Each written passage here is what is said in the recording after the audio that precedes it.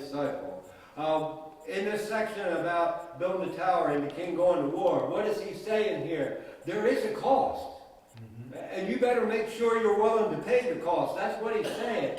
You got to count the cost. There is a cost to being a disciple. And what is that cost? And that cost is you give up what it is that makes you happy and you strive to please the Lord. You give up your earthly and fleshly desires and make Jesus the number one priority. There is a cost. Not only that kind of a cost, but if you're doing this and you're an outspoken person and you're out there spreading the gospel and you're glorifying God, you may be ridiculed, you may be talked about, you may be put down, you may be ostracized, all kinds of things may happen to you. People lose their life for the cause of Christ. And you have to be willing to do that or you cannot be a disciple.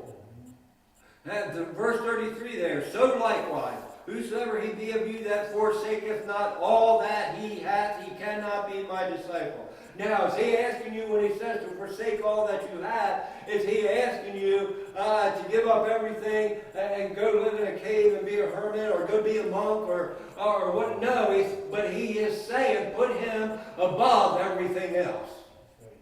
Above everything else. And again, I want to make this very clear. It's not just dollars and cents. It's who you are. It's what you desire. It's all of those things. It is your time. It is your talents. It is everything. And Jesus made it clear that this is what is required in order to be a disciple. Now, you can be a follower without doing all of that, but you cannot be a disciple. It's all or nothing. You're either all in or you're not in at all. It's one or the other. You have to give it all. You have to be all in. Christ must be above and before and over everything else. It has to be full devotion, complete devotion to Christ and to Christ alone. I want to jump over to the book of Ephesians, chapter 5.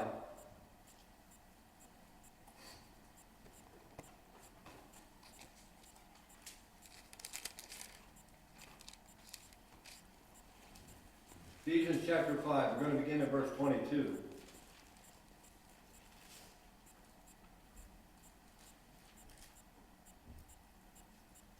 Wives, submit yourself unto your own husbands as unto the Lord.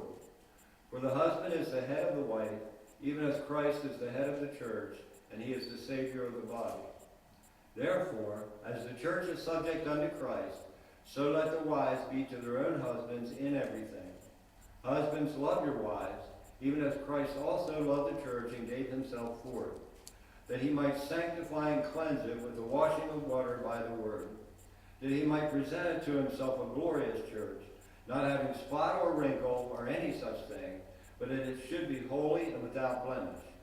So ought men to love their wives as their own bodies. He that loveth his wife loveth himself. For no man ever yet hated his own flesh, but nourisheth and cherisheth it, even as the Lord the church. For we are members of his body, of his flesh, and of his bones. For this cause shall a man leave his father and mother, and shall be joined unto his wife, and they two shall be one flesh. This is a great mystery, but I speak concerning Christ and the church. We're going to stop reading right there. What is marriage? It's a picture of the relationship between Christ and the church. That's what marriage is. And what does it say here? What I want you to get this. He writes here, this is a great mystery, but I speak concerning Christ and the church. Marriage is a picture of the relationship between Christ and the church. Everybody knows this, but I like to have clarity. Who is the church? We are. Every born-again child of God is the church. This is a picture of the relationship between you and Christ. That's what it is. This is how that relationship is supposed to be. Husbands are called to love their wives sacrificially. That's what it says in here. That's what Christ did. He loved us sacrificially. He gave himself for us.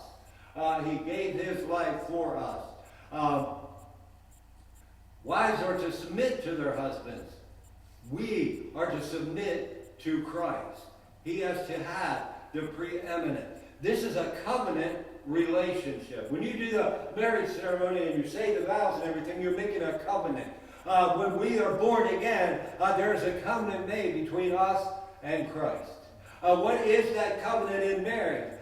In marriage, that covenant is they say to one another, I give myself totally and fully and completely to you. I make you the preeminent person in my life. Therefore, I leave my mother and my father. I put the rest of my family below you. You are the preeminent person.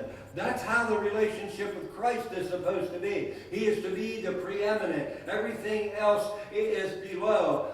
In that marriage ceremony, in that covenant that is made there, the one says to the other that they are devoted first and foremost to that person until death do us part. And that's the same kind of covenant we are supposed to have with Christ. If we don't, we're not a disciple. We haven't had the covenant. We made the covenant, but we broke the covenant. I want you to get this and understand this. Christ must be first and foremost above everything, above all things. Christ must be preeminent.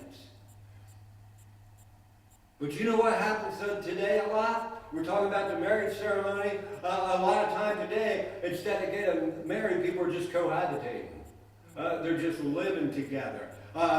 And for me to see that, it may look like a marriage to me, but it's not a marriage. It's not a marriage because there was no covenant. There was no commitment.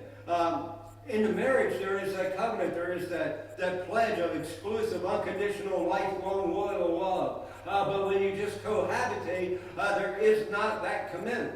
There is that freedom. I can walk out the door and nothing is there to hold me back. I can walk out the door and I'm not attached to anything. I never said I'd be here forever or whatever. There is no covenant.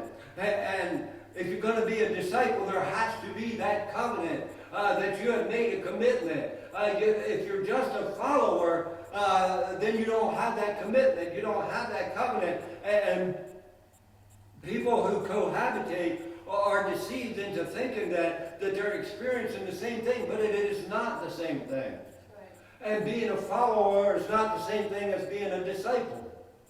You can be deceived into thinking that it is the same thing, but it is not the same thing.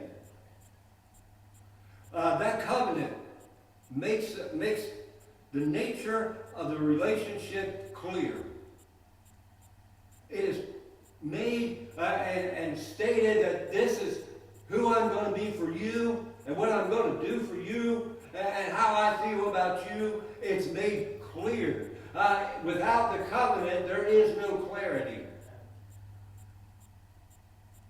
Jesus said if we don't make the commitment, if we don't make the covenant, then we cannot be his disciple. We can be a follower. But look what happened to the followers. Go through the Gospels and look, multitudes following him all over the place until it got rough. Then they scattered. And that's what happens if you're just a follower of Christ. How many have scattered? How many have left? Because it got a little hard, it got a little rough. They didn't make the commitment. They didn't have the covenant. They didn't put Christ as preeminent above everything else. And they scattered. A failure to commit exclusively and unconditionally is not compatible with being a disciple. A lot of people think that they can engage in spiritual cohabitation. And I believe that that's what a lot of people are doing.